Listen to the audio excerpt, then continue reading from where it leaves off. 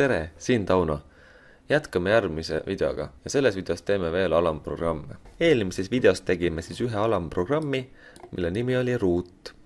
See on meil siin olemas ja kutsume seda siis välja seda, kui rohelist tippu vajutatakse.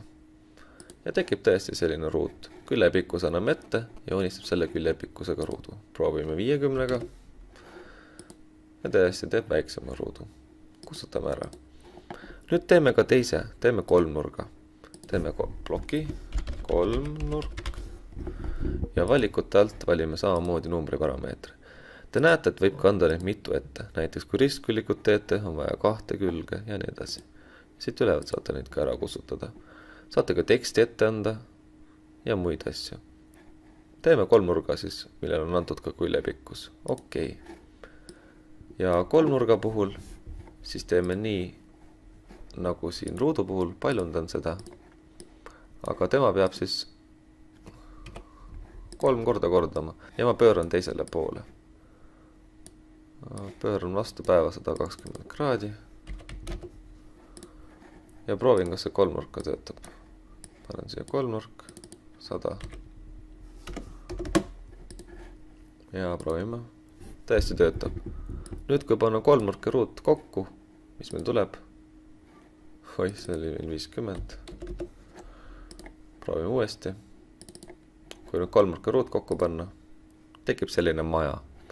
Aga teeme siis nii, et teeme ka kolmanda alamprogrammi ja selle nimeks saab maja. Maja on siis selline alamprogramm, mis kutsub omakorda välja järgmise alamprogramme ja panen need 2 tükki siia alla. Ja kutsun siis rohelise lippu vajutades välja maja. Proovime, kas töötab ka. Kustutan jälle ära kõik. Teen siia ühe maja. Ja teen siia ühe maja. Tõesti töötab. See on siis nii, et maja kustutakse välja ja tema teeb omakorda nii kolmnurga kui ruudu. Aga arendame seda veel edasi.